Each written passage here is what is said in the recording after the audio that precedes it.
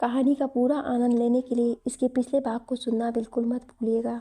उसका लिंक मैं आपको डिस्क्रिप्शन बॉक्स पर दे दूंगी और साथ में कमेंट बॉक्स में पिन भी कर दूंगी, तो आप वहां से भी जाकर सुन सकते हैं। रास्ते भर शिव के दिमाग में सैकड़ों सवाल जवाब आ जा रहे थे। इन 4 दिनों में वो बहुत चेंज हो चुका था। घर पहुंचकर वो नहाने चला गया, फिर खाना खाया और अपने कमरे में आ गया। उसने एक फ़ोन किया और कहने लगा, हेलो मिस मालिनी, 1 महीने के लिए मेरी सारी मीटिंग्स कैंसिल कर दो और जो भी पेंडिंग केस है उन्हें आप और मिस्टर गर्ग क्लियर कर लीजिए। उधर से आवाज़ आई, लेकिन सर 1 महीने? शिव, मैंने जितना कहा है उतना करो।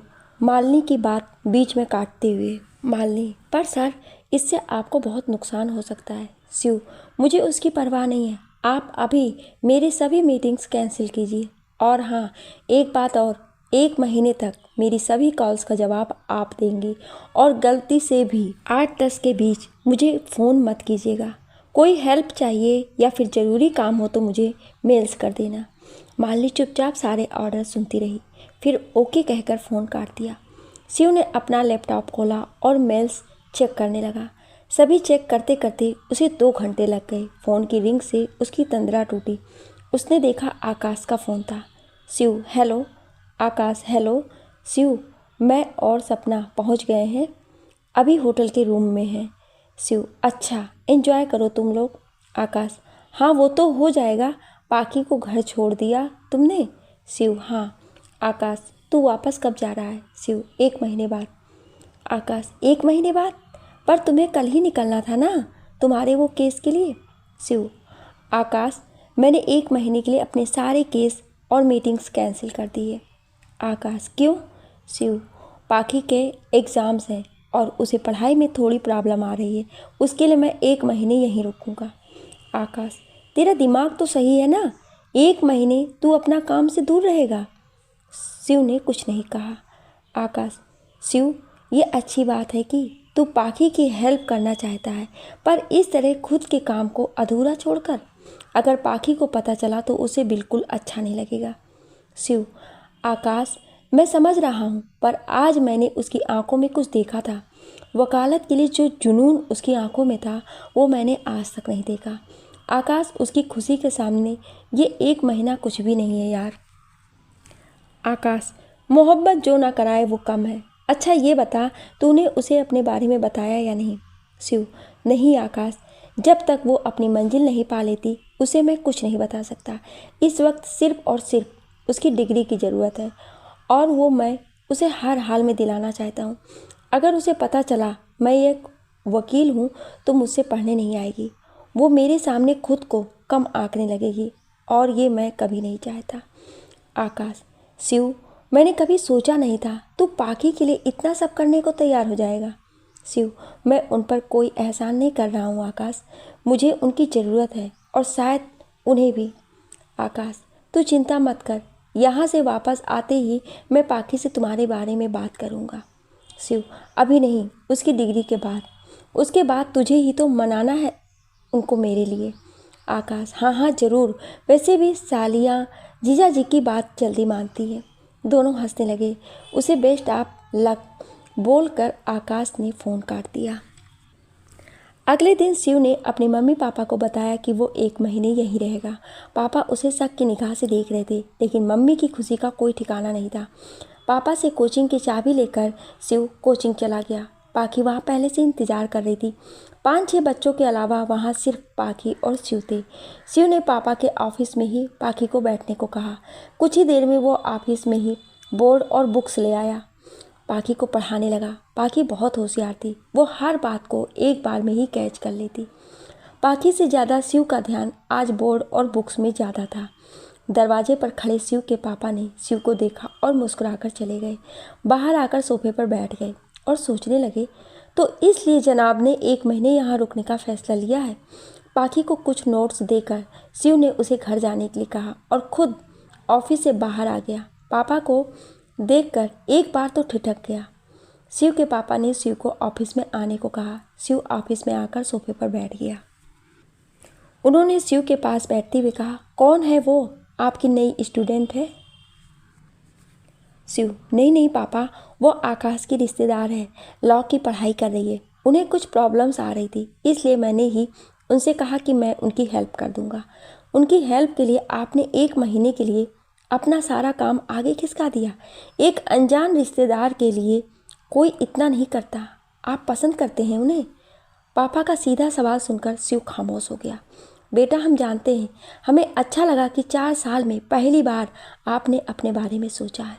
शिव, पापा ऐसी बात नहीं है। शिव, आपकी आंखों में दिखता है कि आप उन्हें कितना पसंद करते हैं।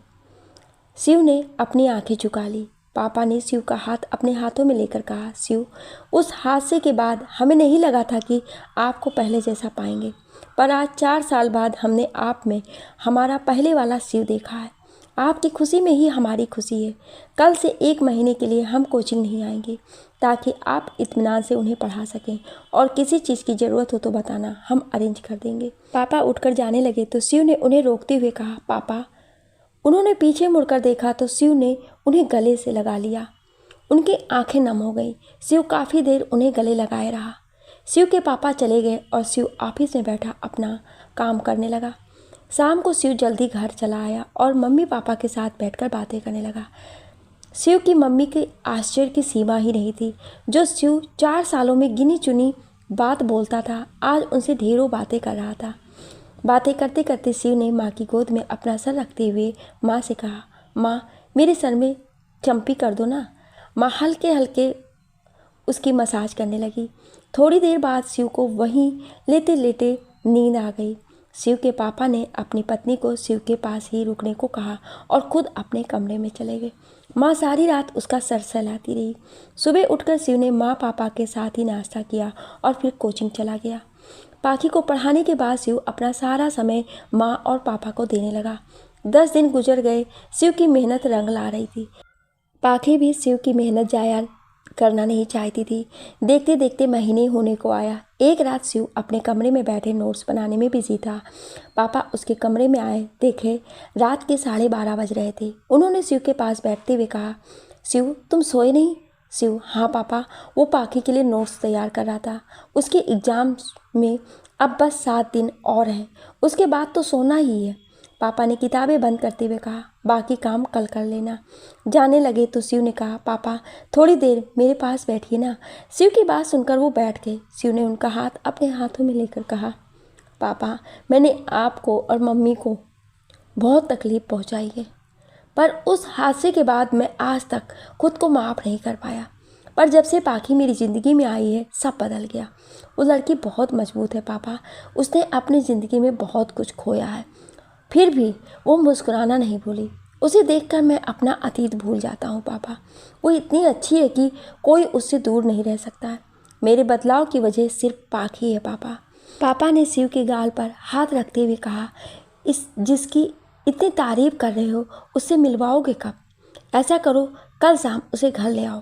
कल शाम का खाना हम उसके साथ ही खाएंगे। शिव ने अपना सर पापा के घुटने पर रखते हुए कहा, आपने मुझे माफ़ कर दिया ना पापा। आपने कोई गलत काम ही नहीं किया है शिव। जो कुछ हुआ है वो आपकी किस्मत थी। जो गुजर गया वो आपका कल था। पाखी आपका आज है। रात बहुत हो गई है, आप सो जाइए।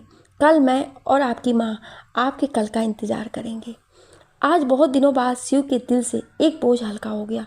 उस रात वो सुकून से सोया था। अगले दिन उसने पाखी से घर चलने को कहा। पाखी और शिव दोनों घर पहुंचे। शिव के माँ पापा दोनों का इंतजार कर रहे थे। पाखी ने आगे बढ़कर दोनों के पैर छुए। सभी हॉल में आकर बैठ गए।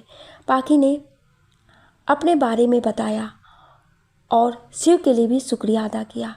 कुछ देर बातें करने के बाद सभी खाना खाने आ गए। पाखी किचन में शिव की मम्मी की हेल्प करने लगी। खाना टेबल पर रख पाखी भी सबके साथ आकर बैठ गई। खाना खाते हुए शिव के पापा ने पाखी से कहा, शिव ने बताया आप लॉ कर रही हैं? पाखी, जी अंकल, और इस बार इन्होंने मेरी बहुत मदद की है। पापा, हाँ बताया इसने। डिग्री के बाद क्या करना चाहती हैं आप? पाखी, मैं एक क्रिमिनल लॉयर बनना चाहती हूँ अंकल। पापा, वो तो आप ज़रूर बनेंगी, पर आज हमने आपको यहाँ एक ख़ास वजह से बुलाया है। पाखी ने उनकी तरफ देखकर कहा, कहिए अंकल। पापा थोड़ी देर चुप रहे और फिर कहा, हम चाहते हैं कि आपकी पढ़ाई होने के बाद आप हमेशा हमेशा के लिए हमारे घर आकर रहें। पाखी खाते खाते रुक गई और पापा की तरफ देखने लगी। शिव को भी समझ नहीं आया कि पापा क्या कहना चाहते हैं। पाखी, मैं कुछ समझी नहीं अंकल। पापा, हम आपको अपनी बहू के रूप में इस घर में देखना चाहते हैं। पाखी के हाथ से चम्मच छूटकर गिर गया। वो अपनी कुर्सी से उठ खड़ी हुई और शिव की तरफ हाथ जोड़ते हुए कहा, माफ़ कीजिएगा। अगर हमें पता होता आपके एहसान का बदला आप हमसे इस तरह चाहेंगे तो हम आपकी मदद कभी नहीं लेते। आपके मम्मी पापा हमारे बारे में नहीं जानते, पर आपको तो सब मालूम था। फिर आपने भी ये सब कैसे सोच लिया?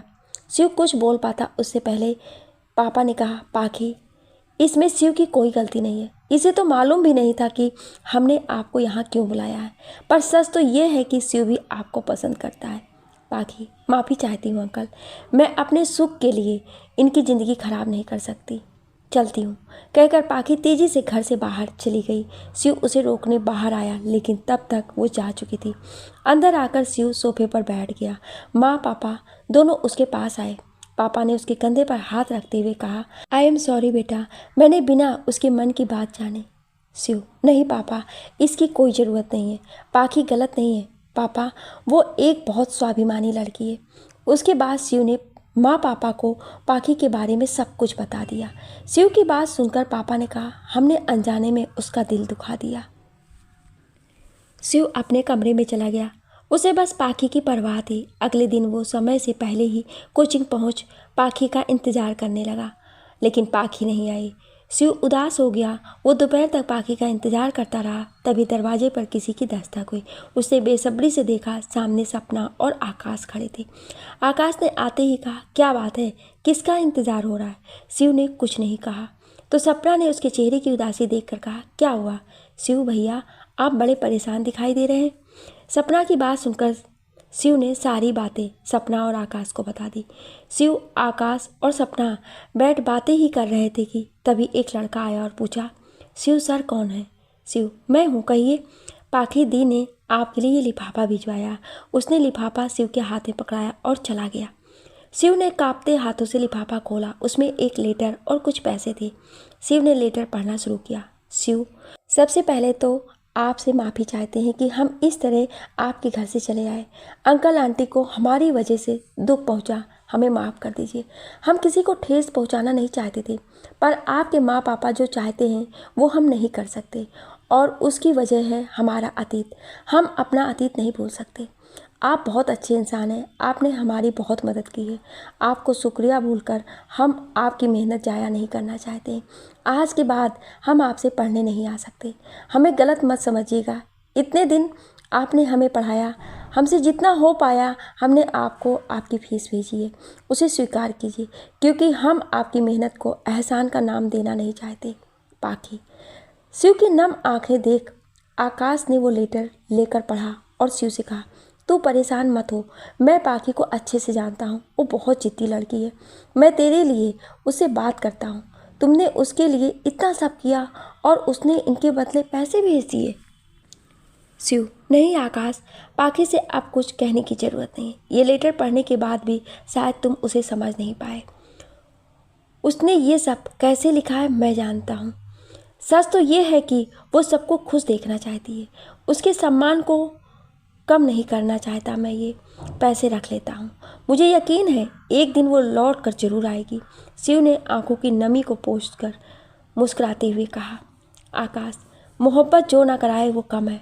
5 करोड़ सालाना जिसका टर्नओवर है, उसे आज ही 5,000 भी बेशकीमती लग रहे हैं। अपने 25 साल के कैरियर में मैंने ऐसी मोहब्बत नहीं देखी। शिव खिड़की के बाहर देखने लगा। आकाश ने उसके कंधे पर हाथ रखते हुए कहा, सब ठीक हो जाएगा। इतना तो जान गया उसे, वो भी इस वक्त तुम्हारी तरह परेशान होगी, पर देखना जैसे ही डिग्री मिलेगी वो सबसे पहले तुमसे आकर मिलेगी। थोड़ी देर शिव के पास रुकने के बाद आकाश और सपना घर चले गए। उधर पाखी सब भूलकर अपनी पढ़ाई में लग गई। एग्जाम्स वाले दिन वो बहुत परेशान थी, लेकिन पेपर करके जैसे ही बाहर आई खुश थी। उसका पेपर बहुत अच्छा हुआ। वो घर आई। कुछ दिन बाद उसका रिजल्ट आया। उसने इस बार भी यूनिवर्सिटी में टॉप किया था। डिग्री के साथ साथ उसे स्कॉलरशिप भी मिली। बाकी बहुत खुश थी। सब उसे मुबारकबाद देने के लिए फ़ोन कर रहे थे, लेकिन शिव का कोई फ़ोन नहीं आया। कुछ दिन बाद पाखी को एक लेटर मिला। पाखी ने उसे खोल कर देखा तो उसमें एक एयर टिकट और एक कागज़ था। पाखी ने पढ़ना शुरू किया। डियर पाखी, यूनिवर्सिटी टॉप करने के लिए आपको ढेरों शुभकामनाएं। मुझे आपका रिज्यूम मिला और मुझे ये जानकर बेहद खुशी हुई कि आप एक क्रिमिनल लॉयर बनना चाहती हैं। अगले हफ्ते मैं बेंगलोर लॉ कॉलेज आकर अपने साथ काम करने के लिए कुछ लोग चुनना चाहता था, पर आपने मेरा काम आसान कर दिया। मैं आपको आपकी काबिलियत दिखाने का एक मौका देता हूँ। आपके शहर में मेरे एक क्लाइंट का केस आपको देता हूँ। अगर आप उसमें सफल होती हैं तो मुझे आपके साथ काम करके बहुत खुशी होगी। केस की डिटेल मैंने आपको मेल कर दी है। जीतने के बाद आप बेंगलोर आकर मुझसे मिल सकती हैं। Advocate SR Gupta. पाखी ने लेटर वापस लिफाफे में रखा। उसकी खुशी का ठिकाना नहीं था। जिस इंसान के साथ वो काम करना चाहती थी वो खुद उसे मौका दे रहा था। पाखी ने लेटर उठाया और घर से बाहर आ गई। वो सीधा कोचिंग गई। शिव ऑफिस में ही था। पाखी को देख उसके चेहरे पर छाई उदास गायब हो गई। पाखी आते ही शिव के गले लग गई और कहने लगी, सब आपकी वजह से हुआ। आपकी मेहनत ने ही हमें आज इस मुकाम पर पहुंचाया है शिव। हम उस दिन के लिए बहुत शर्मिंदा हैं। उसके बाद शिव से अलग होकर कहा, आप जानते हैं हमें आज क्या मिला? ये लेटर। उसने लेटर शिव के हाथों में देते हुए कहा, हमें एक केस मिला है। जानते हैं ये किसने दिया है? एडवोकेट SR गुप्ता ने। और उन्होंने मुझे अपने साथ काम करने के लिए बेंगलोर आने को कहा है। वो चाहते हैं मैं ये केस जीतूं और अपनी काबिलियत का परिचय दूं।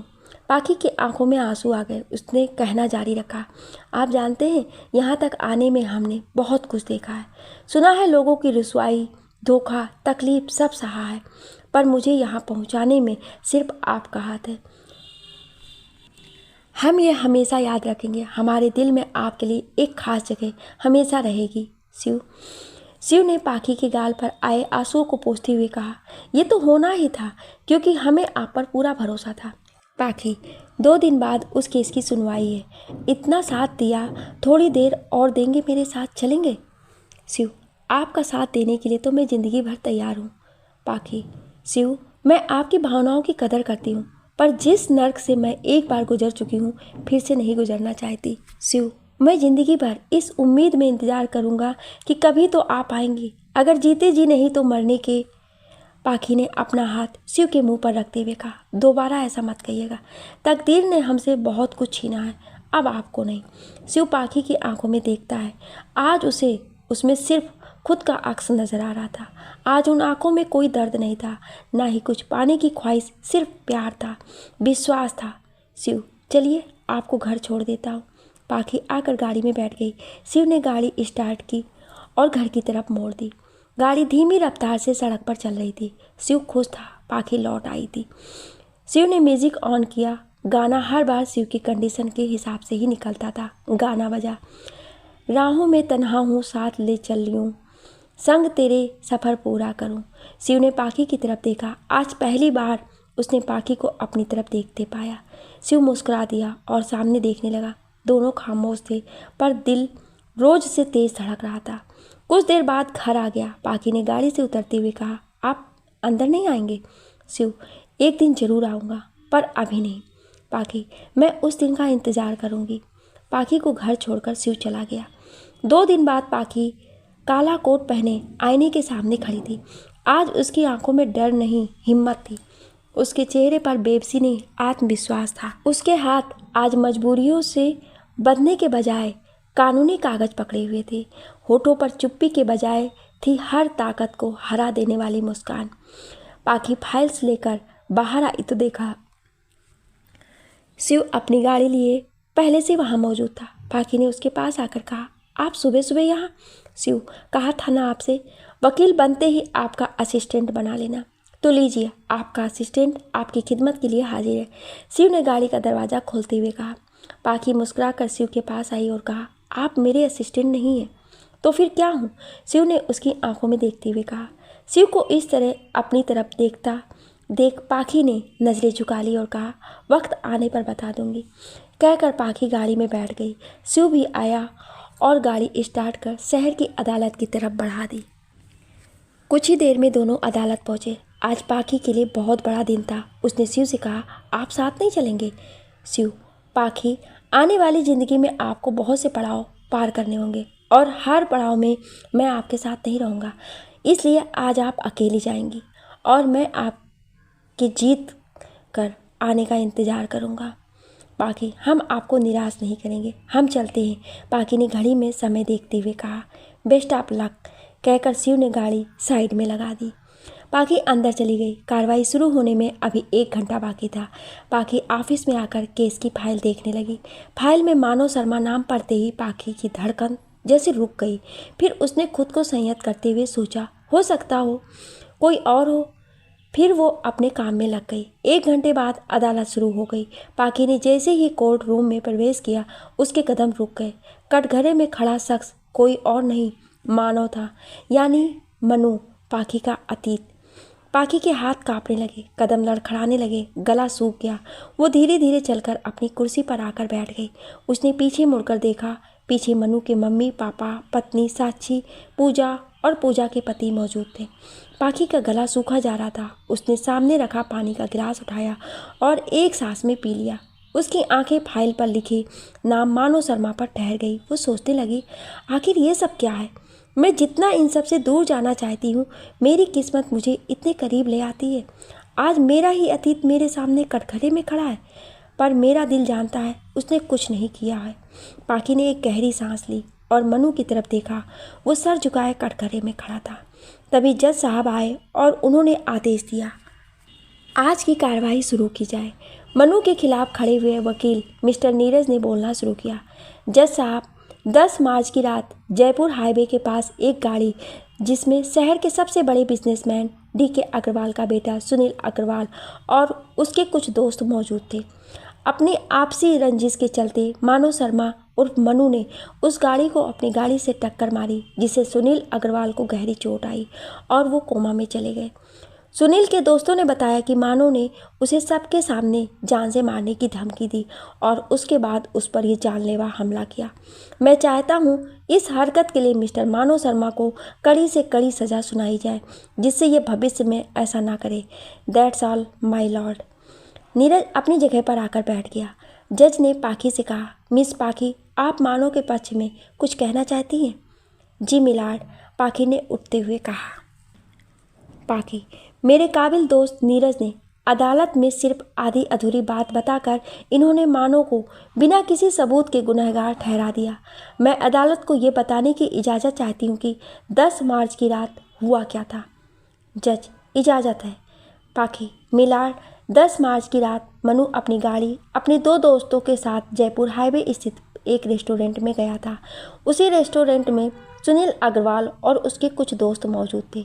शराब पीने के कारण वो लोग वहाँ बहुत ज़्यादा शोर शराबा कर रहे थे और उन्होंने रेस्टोरेंट के मालिक से भी बदतमीजी की। मानो से जब देखा नहीं गया तो उसने सुनील को समझाने की कोशिश की, लेकिन इस बात पर उन दोनों में कहासुनी हो गए और बात हाथापाई पर पहुंच गई और रेस्टोरेंट के मालिक ने उन्हें बाहर निकाल दिया। गुस्से में सुनील मानव को धमकी देकर वहां से चला गया। मानव पर गुस्सा आने के कारण सुनील ने बाहर आकर और शराब पी और फिर नशे की हालत में तेज रफ्तार से कार चलाई। समय पर ब्रेक न लगने के कारण सुनील की गाड़ी सामने से आती एक स्कॉर्पियो से टकरा गई और सर पर गहरी चोट आने के कारण वो कोमा में चला गया। नीरज, अगर ऐसा है तो फिर मनु और उसकी गाड़ी वहाँ क्या कर रही थी? पाखी, मिलाड, सुनील के वहाँ से निकलने के बाद मनु भी उसी रास्ते से अपने गाड़ी से घर जा रहा था। जिस जगह सुनील का एक्सीडेंट हुआ था उस जगह से मानव गुजर रहा था। किसी को खून में लथपथ देख वो उसके पास गया तो लेकिन उसकी मदद करने वाला कोई नहीं था। सुनील के दोस्त ने पुलिस को फ़ोन किया और पुलिस ने बिना किसी सबूत के सिर्फ शक के बिना पर मानव को अरेस्ट कर लिया, जबकि सुनील का एक्सीडेंट हुआ था। नीरज, वो एक्सीडेंट नहीं था मिलाड। मानव का सुनील से झगड़ना, उसे मारने की धमकी देना और फिर उसका सुनील की गाड़ी के पास मौजूद होना, इससे साफ साफ जाहिर होता है कि ये एक्सीडेंट नहीं बल्कि सुनील को मारने की कोशिश थी। पाखी, मिलाड, मेरे मुवक्किल दोस्त एक अचानक हुए हादसे को हत्या का नाम देना चाह रहे हैं। मिस्टर मानव बेकसूर हैं। जज, आपके पास कोई सबूत है मिस पाखी? पाखी, जी मिलाड। पाखी ने एक फाइल जज की तरफ बढ़ाते हुए कहा, इस फाइल में सुनील की मेडिकल रिपोर्ट है जिसमें यह साफ लिखा है कि उस रात उसने शराब पी रखी थी।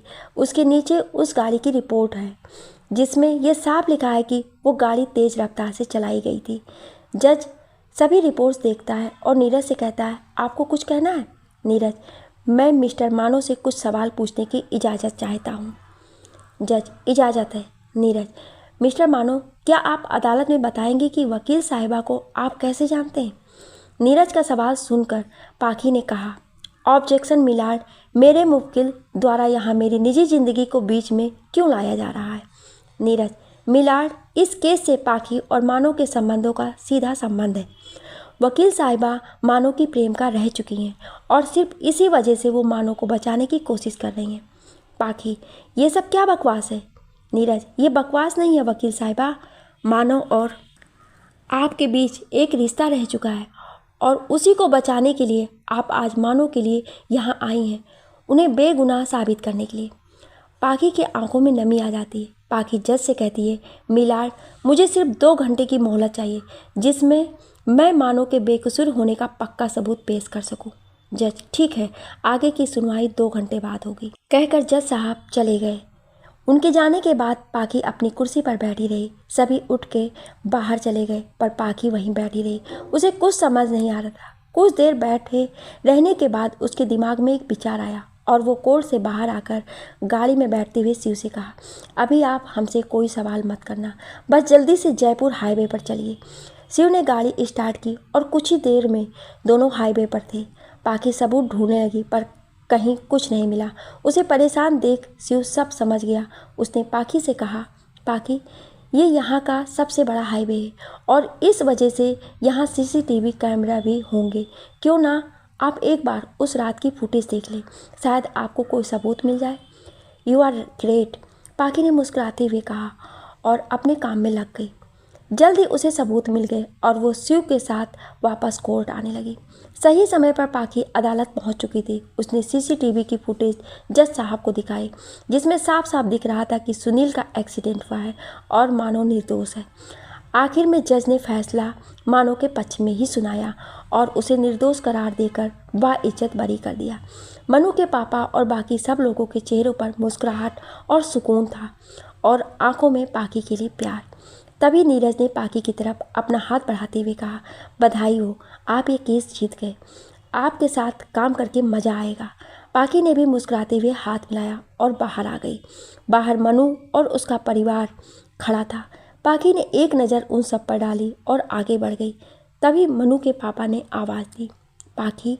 पाखी ने पलट कर देखा तो मनु के पापा उसके पास आए और उसका हाथ पकड़कर कहा, आज तुमने जो हमारे लिए जो किया उसके लिए हम हमेशा तुम्हारे एहसानमंद रहेंगे।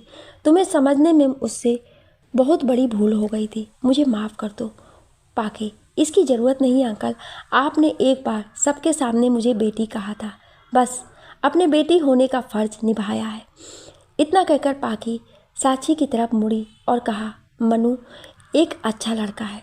अंदर जो भी बातें हुई उनके बारे में ज़्यादा सोचकर मनु और अपने रिश्ते के बीच को कोई दरार आने मत देना, कहकर पाखी वहाँ से चली गई। पाखी आकर गाड़ी में बैठ गई। शिव पाखी का ही इंतज़ार कर रहा था। पाखी ने कुछ नहीं कहा, उसकी आंखों में नमी आ गई। शिव ने प्यार से पाखी के हाथ पर अपना हाथ रखते हुए पूछा, आप ठीक हैं? उसकी आंख से छलक कर एक आंसू शिव के हाथ पर आ गिरा। उसने पाखी की तरफ देखा तो पाखी की आंखें आंसू से भरी हुई थी। शिव ने उसे आंखों ही आंखों में पूछा। पाखी ने कहा, देखिए ना, हम जितना अपने अतीत से दूर जाने की कोशिश करते हैं वो उतना ही हमारे सामने आकर हमारे भरे जख्मों को फिर से हरा कर देता है। हमारा अतीत हमारा कभी पीछा नहीं छोड़ेगा। शिव, आप परेशान मत होइए, सब ठीक हो जाएगा, वक्त सब जख्म भर देता है। शिव ने गाड़ी स्टार्ट की और घर की तरफ जाने लगा। पाखी को अपना रुमाल देते हुए कहा, आपकी आंखों में आंसू अच्छे नहीं लगते। पाखी ने अपने आंसू पोंछे और फिर कहा, समझ नहीं आ रहा है आपका शुक्रिया अदा कैसे करूं। आपने मेरा बहुत साथ दिया, आपकी मेहनत की बदौलत ही हम इस मुकाम पर पहुंचे हैं। शिव, मैंने कुछ नहीं किया, ये सब आपकी मेहनत का फल है। बेंगलोर कब जा रही हैं आप? पाखी, आज शाम को। आकाश जीजू और सपना दी भी हमारे साथ जा रहे हैं, आप भी चलिए। शिव, जरूर आता, पर मुझे कुछ ज़रूरी काम है इसलिए आपको उनके साथ ही जाना पड़ेगा।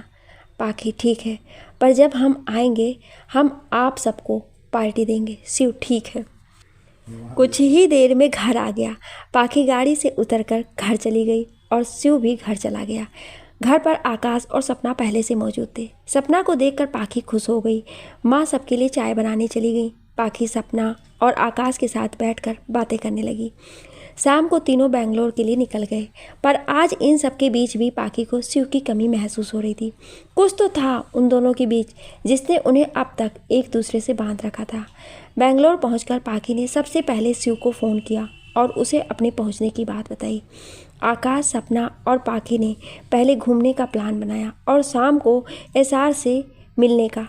दिन में सबने खूब शॉपिंग की, बाहर खाना खाया। पाखी को महसूस हुआ आकाश बहुत अच्छा इंसान था। सपना को उसके साथ खुश देखकर उसे बहुत खुशी हुई। शाम को पाखी एडवोकेट एसआर गुप्ता के ऑफिस पहुंची। आलीशान ऑफिस था उनका। पाखी आकाश और सपना के साथ अंदर गई। पाखी ने रिसेप्शन पर एसआर से मिलने के लिए पूछा। उसने पाखी से कुछ देर बैठने को कहा। पाखी, आकाश और सपना वहीं सोफे पर बैठे इंतजार करने लगे। कुछ देर तक इंतजार करने के बाद रिसेप्शनिस्ट ने पाखी से कहा, मैम, सर ने आपको केबिन में बुलाया है। पाखी उठकर चली गई। पाखी के जाते ही आकाश ने धीरे से सपना के कान में कहा, अब होगा धमाका। सपना, क्या कह रहे हैं आप? मैं कुछ समझी नहीं। आकाश ने हाथ से उसे रोकने का इशारा किया। पाखी ने केबिन के बाहर नेम प्लेट देखी जिस पर लिखा था एडवोकेट एसआर गुप्ता।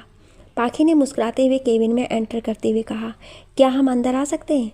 अंदर खड़े उस शख्स ने पाखी को हाथ के इशारे से अंदर आने को कहा।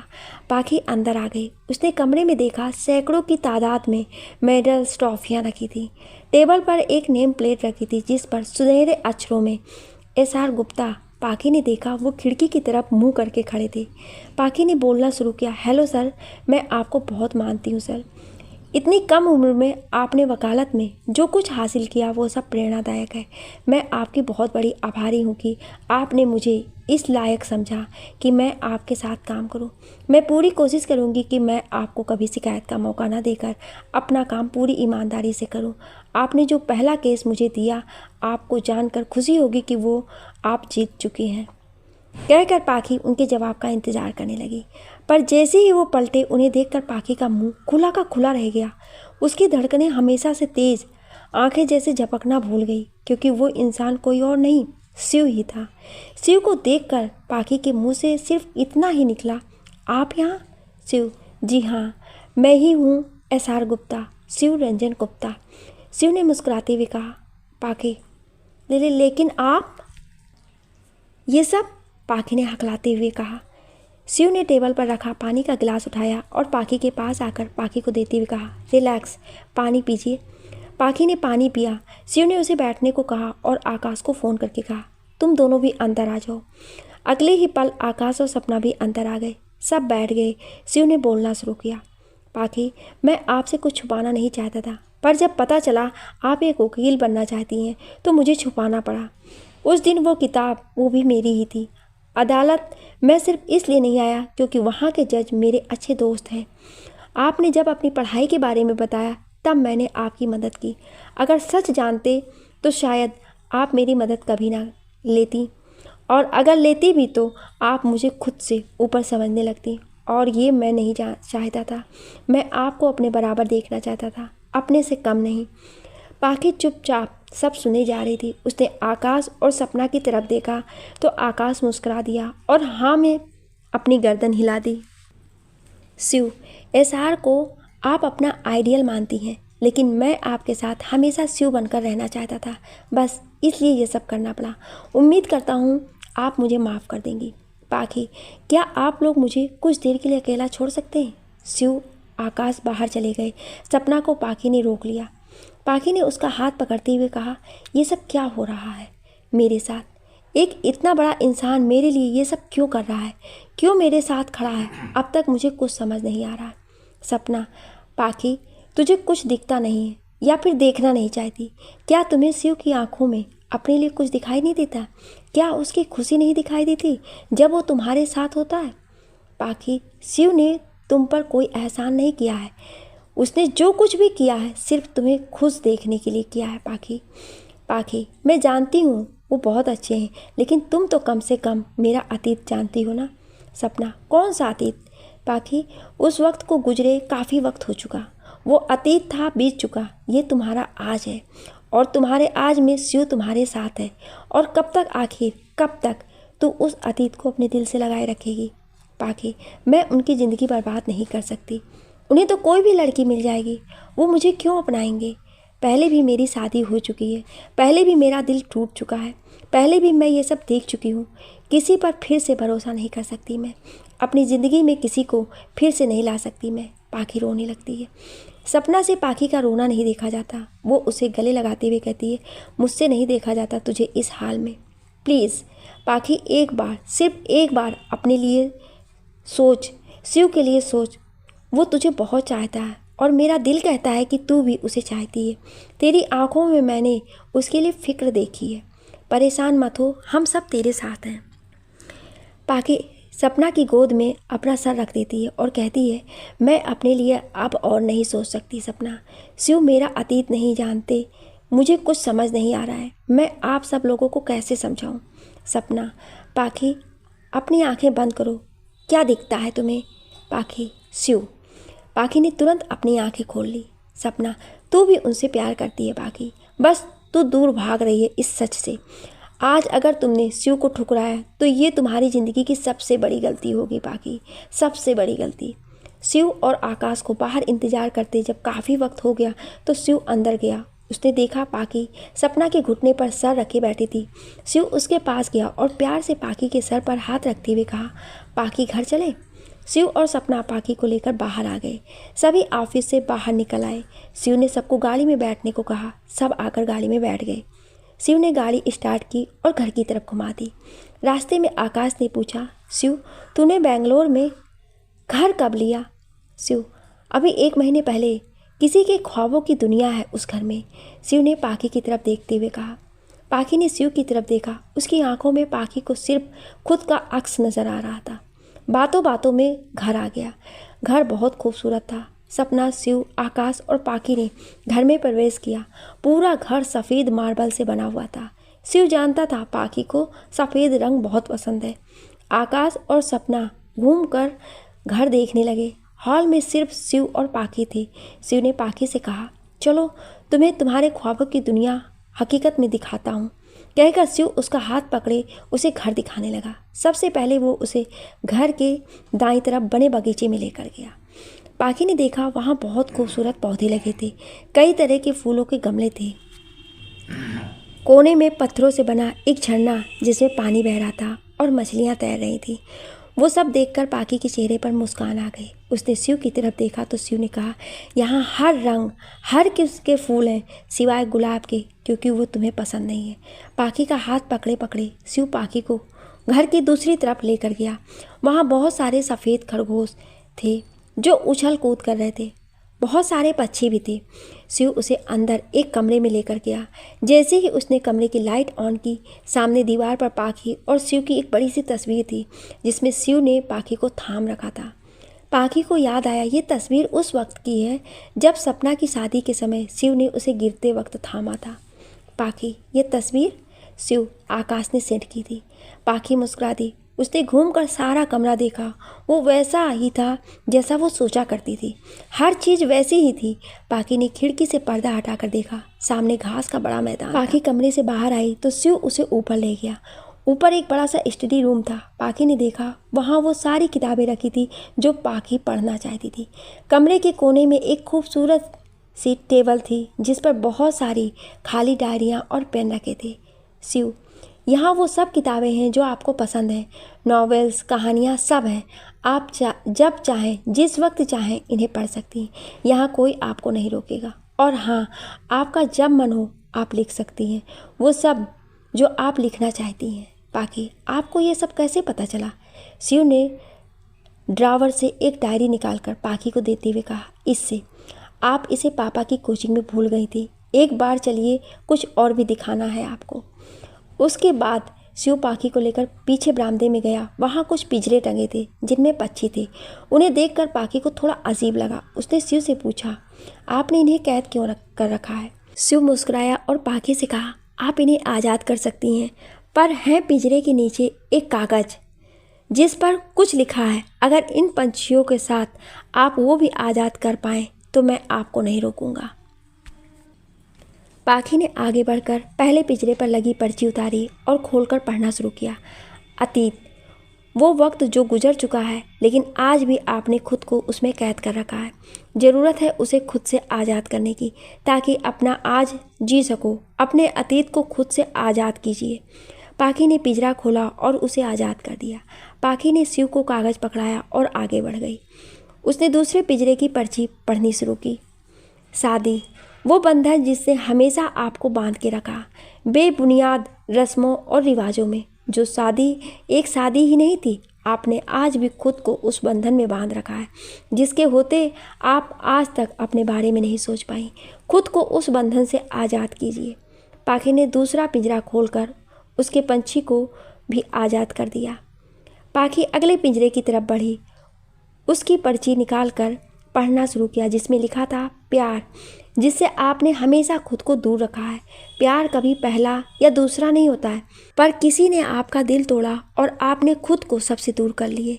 जो प्यार खुद में समेट रखा है, उसे आज़ाद कीजिए। पाखी ने उस पिंजरे के पंछी को आज़ाद कर दिया। वो आगे बढ़ी। उसने पिंजरे से पर्ची निकाली और पढ़ने लगी। डर, जो हमेशा आप पर हावी रहा।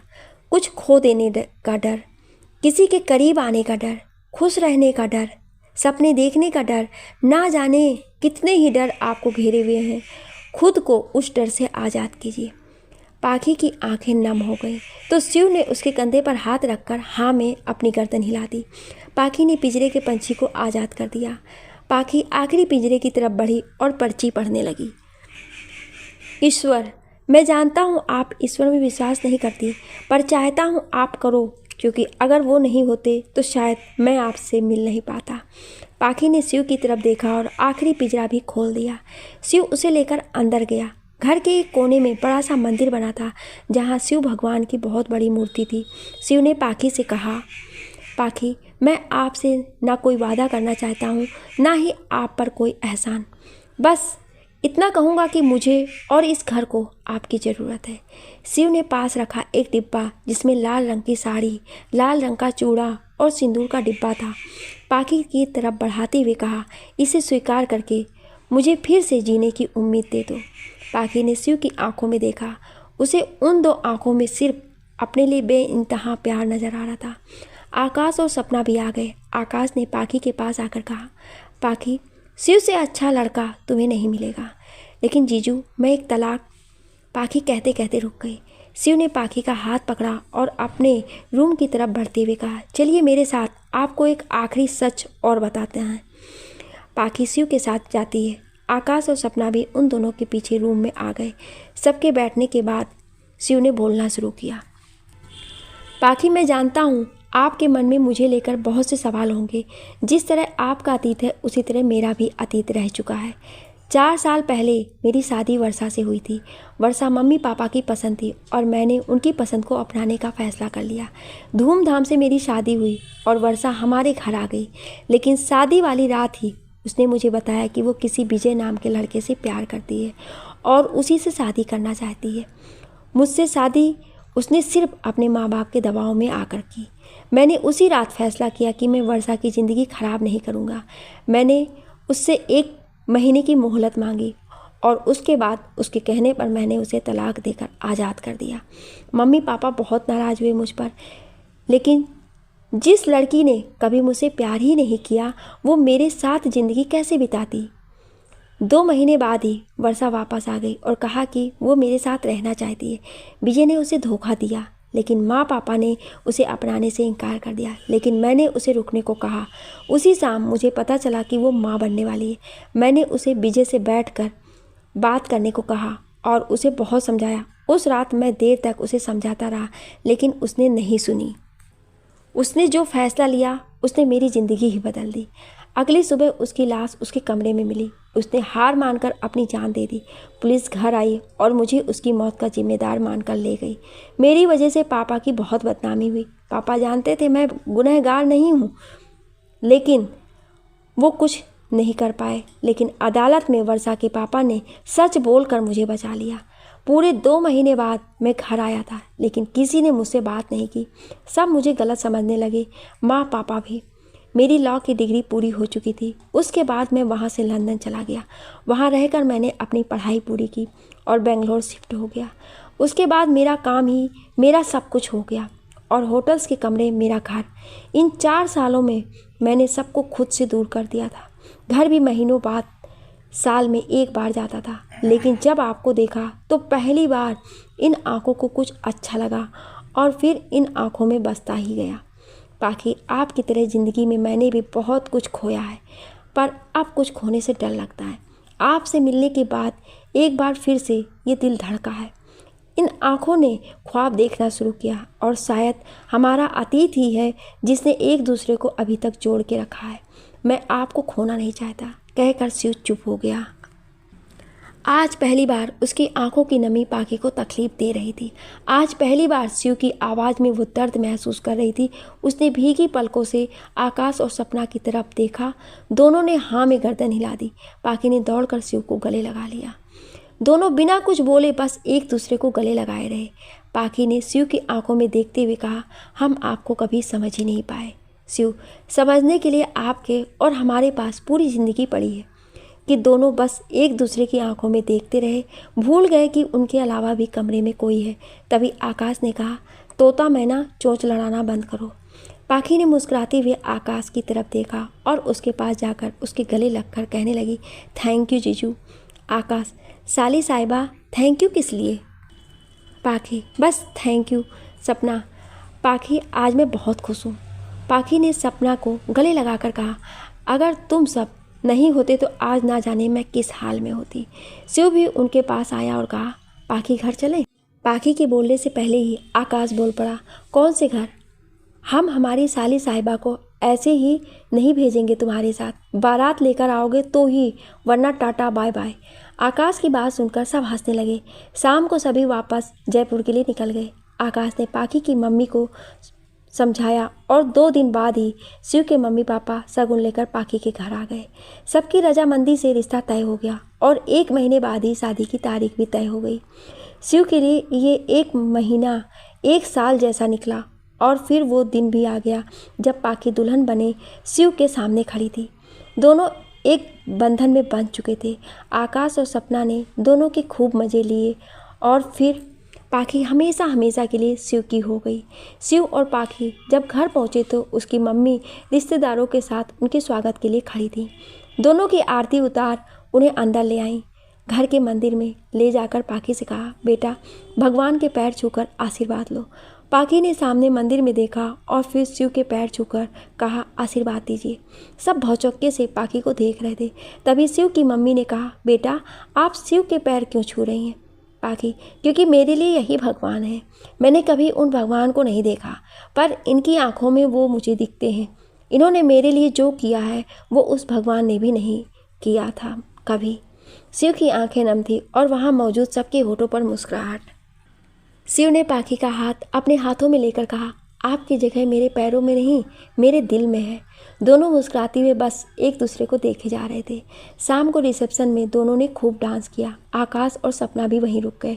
कुछ मेहमान चले गए। पाखी अपने कमरे में शिव का इंतजार कर रही थी। तभी आकाश और सपना वहां आ गए और पाखी से बातें करने लगे। कुछ देर बाद शिव आया तो आकाश और सपना को वहां देखकर कहा, तुम लोग यहाँ क्या कर रहे हो? आकाश ने लेटते हुए कहा, आज तो हम अपनी साली साहिबा से ढेर सारी बातें करेंगे। शिव ने आकाश और सपना को कमरे से बाहर निकालते हुए कहा, बातें कल करना, अभी निकलो यहाँ से। पाखी को ये सब देख हंसी आ गई। दोनों को बाहर निकाल शिव ने पाखी की तरफ पलटते हुए कहा, बहुत हंसी आ रही है ना आपको? अभी बताते हैं। पाखी, नहीं वो, कहकर पाखी ने पलकें झुका ली। शिव जैसे ही पाखी की तरफ बढ़ा, लाइट चली गई। शिव पाखी को लेकर बालकनी में आ गया। चांदनी रात में दोनों चांद को देख रहे थे। शिव ने अपनी बाहें फैलाई और पाखी उसकी बाहों में समा गई। एक लंबे अरसे के बाद दोनों साथ थे, एक दूसरे की आखिरी मोहब्बत बनकर। पाखी उसके सीने पर सर रखे आकाश में चमक रहे तारों को निहार रही थी। शिव की बाहों में वो खुद को महफूज महसूस कर रही थी। एक बच्चे की तरह वो उसमें ही सिमट कर सो गई। शिव को भी वही नींद आ गई। अगले दिन सुबह सुबह आकाश के जगाने पर दोनों की आंखें खुली। आकाश ने शिव को एक लिफाफा देते हुए कहा, ये तुम्हारे लिए मेरी और सपना की तरफ से शादी का तोहफा। शिव ने उसे खोल कर देखा। उसमें शिमला की 2 टिकटें थी। शिव ने टिकटें आकाश को दिखाई तो वो बोला, मैंने सोचा मेहमानों के बीच तुम दोनों एक दूसरे को समय नहीं दे पाओगे, इसलिए तुम्हारा 1 महीने का टूर हमारी तरफ से। शिव और पाखी अपना बैग पैक कर जैसे ही एयरपोर्ट पहुँचे, वहाँ आकाश और सपना पहले से मौजूद थे। शिव और पाखी उनके पास गए। शिव, तुम दोनों यहाँ क्या कर रहे हो? आकाश, शिमला जा रहे हैं। शिव, किस लिए? आकाश, सेकेंड हनीमून मनाने। शिव, अभी 1 महीने पहले ही तो लौटे हो वहाँ से। आकाश, तो हम तुम्हारी तरह अनरोमांटिक नहीं है। शिव ने घूरकर आकाश की तरफ देखा, फिर हंसने लगा। शिव के साथ साथ सपना, आकाश, पाखी भी हंसने लगे और फिर चारों मुस्कुराते हुए आगे बढ़ गए। कहते हैं कुछ कहानियाँ कभी अधूरी नहीं रहती। शिव और पाखी की कहानी भी कुछ ऐसी ही थी। आप सभी लोगों का इस कहानी को इतना प्यार देने के लिए बहुत बहुत धन्यवाद। लिखने और बोलने में कोई त्रुटि हुई हो उसके लिए क्षमा प्रार्थी हूँ। आपको ये कहानी कैसी लगी हमें कमेंट करके ज़रूर बताएं और ऐसी इंटरेस्टिंग कहानियाँ सुनने के लिए हमारे चैनल को सब्सक्राइब जरूर करें। Thank you.